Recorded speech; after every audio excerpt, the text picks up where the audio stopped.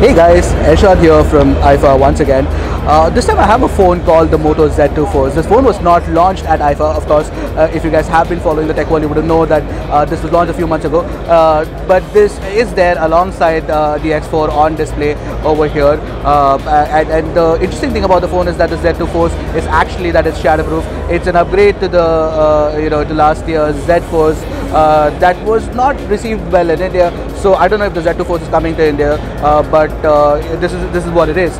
On the front you get this big 5.5-inch QHD 2K display. On the rear, of course, you can see that there's the massive Motorola logo and the connectors for the motor mods. And on top you have this massive cutout for dual cameras. This dual cameras work differently compared to the X4. I'll definitely show that in a bit. The difference from the X4 is that it comes with motor mods, support for motor mods, which is pretty awesome.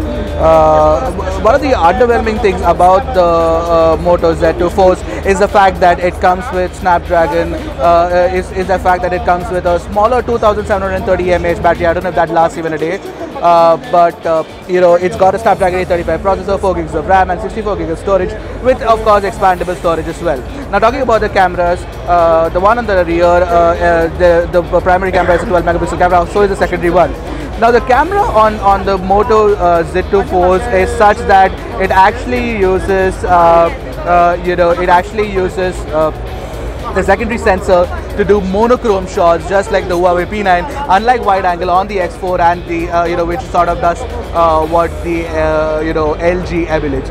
But apart from that, you also do get a front-facing camera as well for your selfies, which of course won't be that great. As far as the design is concerned, it's like a slim, compact design, unlike what I expected. But there's no headphone jack, and there's a USB Type-C port at the bottom. And on the right, you get this power button and volume rocker as well. On the top, you have this line that sort of does the antenna line for the radio in plastic, but rest of the entire phone is a nice aluminum finish. It feels very premium in the hand. It feels like you've spent money on a really good phone. The one good thing about the phone is that it doesn't come with a lot of bloatware, and apart from that, you get Android 7.1.1 on board. Of course, I'm pretty sure that it will get upgraded to Oreo soon, but X4 didn't come with Oreo, so we'll have to wait for that. There are a few apps like the real racing and stuff loaded on my phone, but that's not what you get default with this.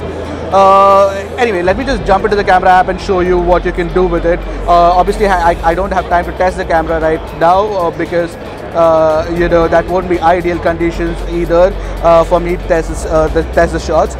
But it's pretty fast to shoot, and you'll notice that you can just swipe and see what shots are there. For the dual camera function, I'm guessing I'll have to just jump into this and figure out how that works. And there you go. So you can shoot in true black and white. Basically, the secondary camera can do monochrome. Basically, it uses the black and white for better dynamic range and to add a little more depth to your photos. Now what I'll do is I actually have a motor mod with me right now, which is available here. I'll sort of introduce that to you, and that, my friends, is the 360-degree camera. So I sort of